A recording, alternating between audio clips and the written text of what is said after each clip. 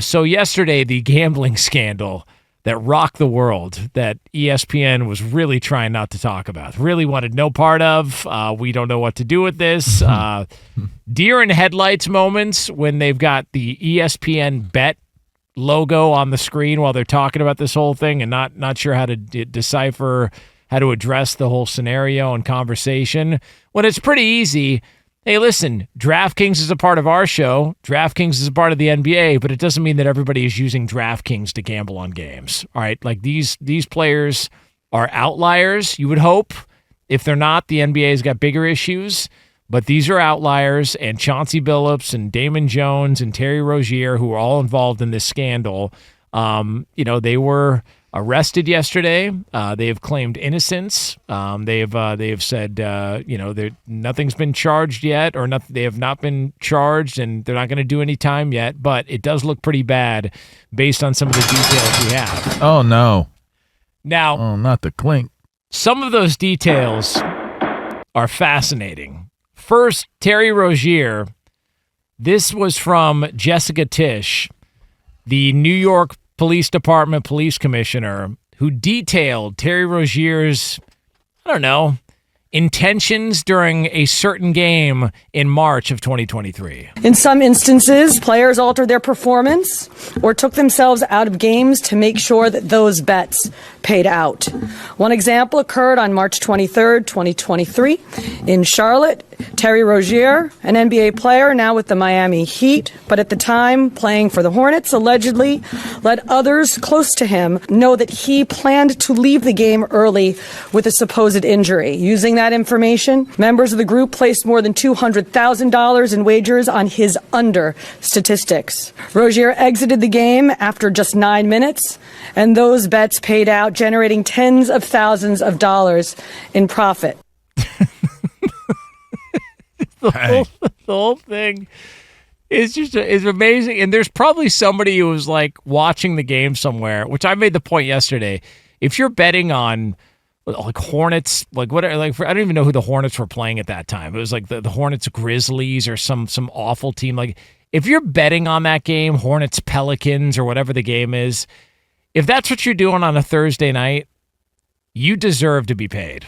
Like, I'm sorry, you deserve to get some sort of a payment. And so whoever cashed in those bets, you deserve it. But there was probably somebody else watching it going, Jesus, what has Rozier got money on this game? Like the way he's playing, what is this? Is this guy on the take? Not realizing, yeah, he actually was. Like he was actually tanking that game so that people could get paid. And the worst part is, you think he was getting a kickback? He would have to. Yeah. I mean, it'd have to. I don't know what sort of kickback would be worth risking the $20-something million he's making a year. Stupid. But I guess he just felt like it couldn't harm anything. Like, what is the thought process on that approach? Like, why do it? I think that's the question that everybody's going to continue to ask, right? Why risk millions for thousands? Like $200,000 in bets. Like, okay, that's not a lot of money to NBA players, marquee players on top of that.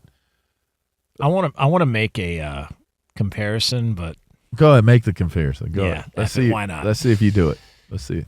Like you ever had a friend who maybe fools around on his better half, and then you see who he fooled around with, and you're like, wait a second, you risked it all for that? For that? Yeah. And I just wonder if maybe it's one of those situations where you're like, you're in the moment, things are going on, and you're like, why not? You know? But it went on for years. So that's a hard one to... Terry Rozier had a 10 job. But when you put it that way... You know what?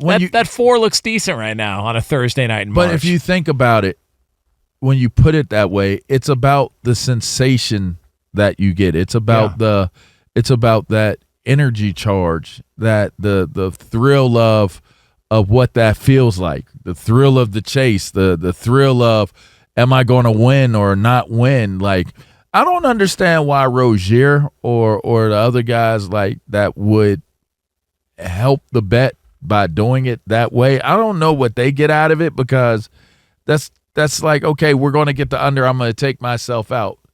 Like, I see it as being like, okay, this is a little side hustle, some passive Faked income. An injury. He faked an injury. But if you're using the other example as an example, I would say maybe for somebody it's for the effect of it.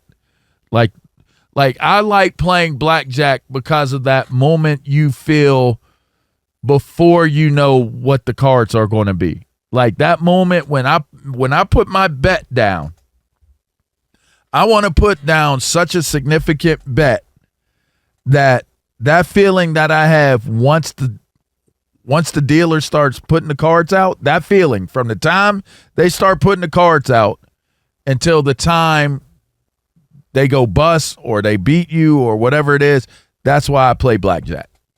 Not even there's very few times I've ever walked away from the table with money. I always say I'm investing in an experience. Yeah. So I'll take $500, $1,000 to the table. I have turned $500, $1,000 literally. Ask TJ Hutchmanzada. He tells the story the best. Well, I mean, hell, if he was here, he'd be able to tell. Bro, I can take small amounts and turn into like I'll be up to like $10, $15, $20,000 off of $500, $1,000.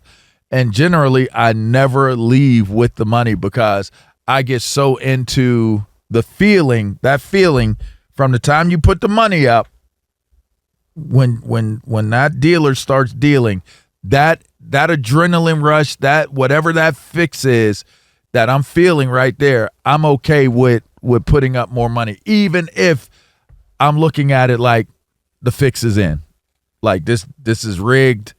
Something's going on with the cards. There's no way that this dealer should be pulling from a chute and getting 21 with 5 cards on the table. Like, shouldn't happen. But I still play because the feeling you get, that feeling. And maybe that's what it is. Maybe that feeling supersedes the idea of, logically speaking, why would you be betting if the total amount was $200,000 of total bets on this under? That's not for you, the player. That's not what you make. Why would you do that? Other than to say, I'm going to help some family members out. If you're going to help family members out, stuff like that, maybe I could see that being something that you did, like, oh, your brother, your cousin, homeboy, whatever it may be, they're going to bet on this, da-da-da. Okay, this is early in the year. It ain't going to hurt nothing.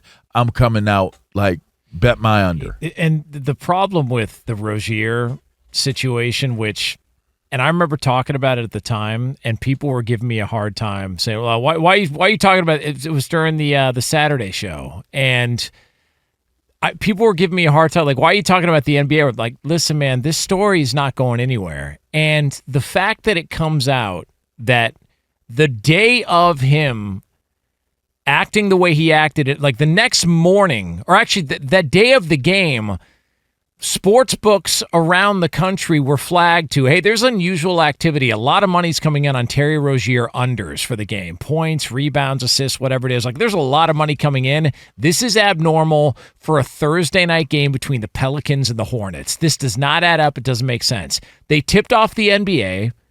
The NBA knew about it. Terry Rozier didn't play the rest of the year. And the story was, well, he's got an injury. He did not have an injury. The NBA was looking into this. And then the next year starts, and he was allowed to play the entire year. Like played the entire year. So here's the bigger question, I think, because the individuals, that'll play itself out. And generally speaking, you get conclusions that it's like, yeah, you could have figured that would have been the conclusion of what took place. But the fallout from it, like what you're making mention of right now, how does this play out for the other parties involved? How does it play out for the NBA? How does it play out for, the commissioner of the NBA? Like, how does this play out for the entities involved in this outside of the players? The Chauncey Billups one is like, Damon Jones was an assistant coach with the Lakers, and he's hitting people up being like, hey, LeBron's not going to play tonight. Like LeBron's not playing, put your money on Milwaukee. So there's that involvement to where he's basically giving inside information to people so they can place wagers My on whole information thing is, that's not known. if you're telling them LeBron didn't play, you don't have to tell them what their bet should be. Just tell them LeBron isn't playing. Well, isn't that enough insider information? But there's he's on record as saying something along the lines of lay the house on Milwaukee. So he's instructing them lay the house. And he I just don't understand how you can make that call. At one point, he even says to them, "But make sure you save a little for Damon. Like make sure you save a little bit for Damon." Like that was sort of his passive income. Cut me some. Yeah, give me a little bit of that. So he did that, I guess, a bunch of times. Like we laid out earlier, one of them actually didn't hit. He was like, hey, there's a bunch of guys that are going to be sitting out. One of them didn't hit, and so they got pissed and said, they wanted their money back because they bet money on this game based on his information. It didn't hit, so they were pissed off at Damon Jones. The Chauncey Billups stuff, and we're going to hear from the details of those poker games.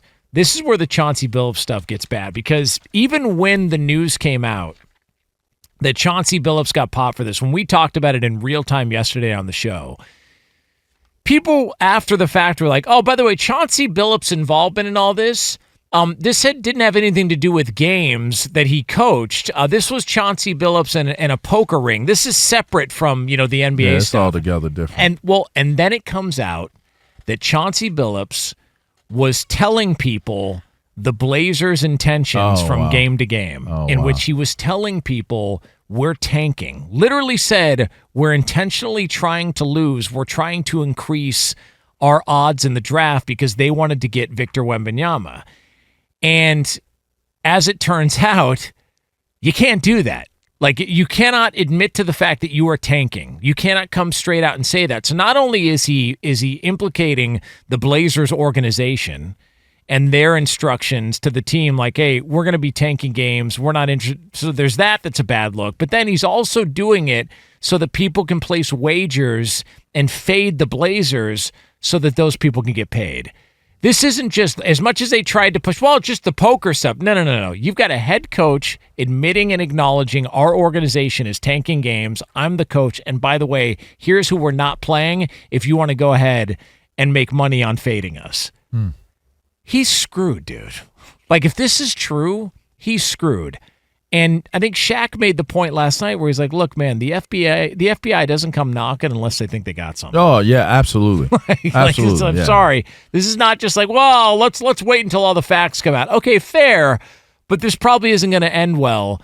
Now, they did explain how this stuff sort of played out, some of these illegal poker games that were taking place. Let's take a listen to this gem from yesterday. The defendants in this case orchestrated a scheme to use wireless cheating technology to run rigged poker games across the United States. The scheme targeted victims known as, quote, fish, who were often lured to participate in these rigged games by the chance to play alongside former professional athletes who were known as, quote, face cards. The so-called face cards included the defendant Chauncey Billups, who at the time of the scheme was a former NBA player and is currently the head coach of the Portland Trail Blazers, and also Damon Jones, a former NBA player and coach. What the victims, the fish, didn't know is that everybody else at the poker game, from the dealer to the players, including the face cards, were in on the scam. Once the game was underway, the defendants fleeced the victims out of tens or hundreds of thousands of dollars per game. The defendants used a variety of very sophisticated cheating technologies. For example, they used off-the-shelf shuffling machines that had been secretly altered in order to read the cards in the deck, predict which player at the table had the best poker hand, and relay that information to an off-site operator. The off-site operator sent the information via cell phone back to a co-conspirator at the table, and together they used that information in order to win their games and to cheat the victims. Crazy, man. It's just crazy. That's like a lot of work, man. It's a lot of work. But, I mean, you're hustling six figures. But and then there's they said videos. per player. Yeah. They was getting 100,000 plus out of players just per game. Well, because these guys are probably like, man, I get to I'll go play poker. I get to play poker with Chauncey Billups. He's a Hall of Famer and an NBA big NBA champion and all. Like, I get to play with NBA players. Yeah, I want to go be a part of this. Let's go hang out and play poker. Ah, shucks, you got me again for another $15,000. Not realizing Chauncey Billups has got glasses on that can see secretly marked cards like they're an X-ray machine. You know what I'm curious about is how did this become an investigation?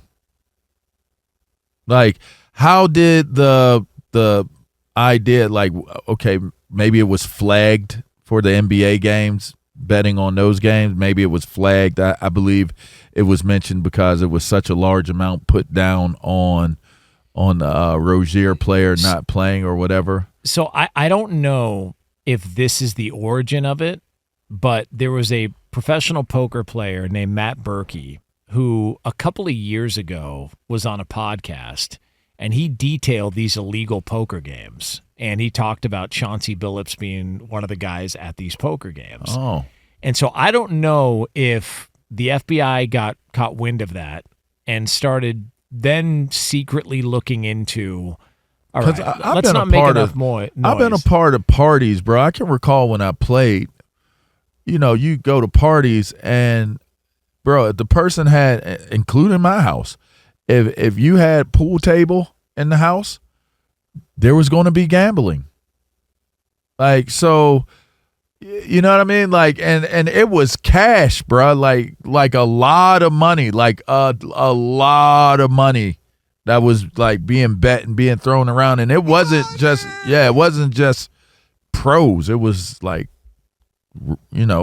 regular everyday dudes that was a part of it too. And cats would be like shooting craps. That would be like the biggest thing was shooting craps. But in saying that, was there some sort of secret behind their back deal to where, hey, let's fleece out these regular people from all this money? But think about it. Like think about it. How aware are any given amount of people to a situation like that? So what I'm saying is how did it become common knowledge? So if you're saying this guy said that, that's fine. Okay, this guy says that the poker player says that this was going on, detailed it.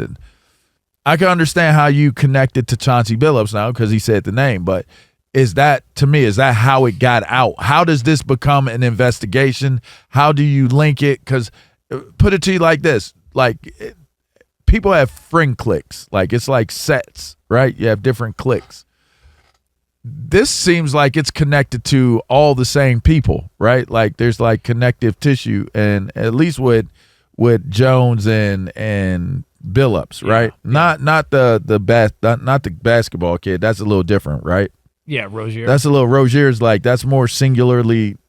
But I feel like Damon Jones and Chauncey Billups is more related. Like, there's a connective tissue to that. By the way, the basketball stuff is Operation Nothing But Net, and the poker stuff is Operation Royal Flush, just so we're clear. Yeah, I just, like, to me, I think there's got to be more. I think it's probably something as simple as if there's enough people involved, you increase your odds that somebody tells somebody something. But how do they know to tell you they're cheating? Well, because as they were explaining that everybody from the dealers to all the other people involved, including Chauncey Billups and the other one, like, they all were in on the scam. And so, look, Chauncey Billups could have said something in passing. One of the dealers could have said something to a buddy of his who's a poker player and be like, dude, you got to see what we're pulling off these days. So we've got these guys that come in. Chauncey Billups is there. And a lot, like, these guys aren't celebrities, so I don't think it's outside the realm of possibility that maybe a dealer or one of these guys is like, oh yeah, I was hanging out with Chauncey Billups. You know who that is? The NBA player? Yeah. And listen, and we were part of a game together. Champion. Yeah, like couple times. Champion. And I just think that when there's enough people involved, somebody may have just said one thing and then it spread. Like Chauncey what's the boxer's name? Adrian Broner. Yeah. He's a part of hustling NBA players and card games. Like, there was a whole thing on that where he, and that was millions. That was hitting the millions of high stakes poker, private poker games or whatever. You hear about the arena situation. Now you're hearing about Billups and Jones. And I think, again, the reason why I'm asking how did this come about is because there's probably – that's culture, right? We heard about this when Michael Jordan was playing. It went as deep as people were alleging that maybe, his gambling was so serious that, they connected that to what happened to his pops. Yeah. And that was a story. So gambling has always been a part of sports culture. And look, there's also a lot of people who believe that his time away to go play baseball was the NBA saying, take a walk for a little while because we know you're doing something on the side. Not saying that's true. That's all just one I of the know, rumors. all I know is if there's smoke and fire with this particular situation, there's probably 20, 30 more of them or more, or 100%. way more of athletes doing the same exact thing. It's like PEDs. Like they all of a sudden we're cracking down on PEDs, and then every single year something comes up where, hey, so and so pissed hot, like happened. Like somebody's always gonna find some way to get an edge or to go down this road before. Like, I 100% believe that there's either more out there or there's probably a lot of guys that are sweating their balls off right now. Like, God, I hope they don't come for me. Because it's so easy. If you're an NBA player and somebody hits you up, be like, hey, so how much you playing tonight? Because you're supposed to start. Are you coming off the bench? I'm coming off the bench. Dude, so could you do me a favor? Yeah, what's that? Like, if you have an open shot, give it up. Give it to somebody else because I got the under on 8.5 points for you in this game tonight. It's like, all right, dude. Like, I see a guy in the corner. I'm going to, try and up my assist, but I don't want to score too many points because it's not that hard. And look, Tim Donahue, and we played it earlier, he's saying, well, I think you're going to see a lot of this on the college level. Yes, and you already have. You would assume it would be way more prevalent because it's not as much money involved. And it's happened. Like, because people are like, man, are they really going to get pissed? Because a lot of these prop bets, like the Super Bowl does this, to where the Super Bowl's got prop bets to where you can bet on the color of the Gatorade or you can bet on how long the national anthem is. You mean to tell me none of those security guards that are working the stadium that day aren't taking a peek at the Gatorade, aren't looking at the national anthem? You've had people that have recorded it outside the stadium when they're doing rehearsals.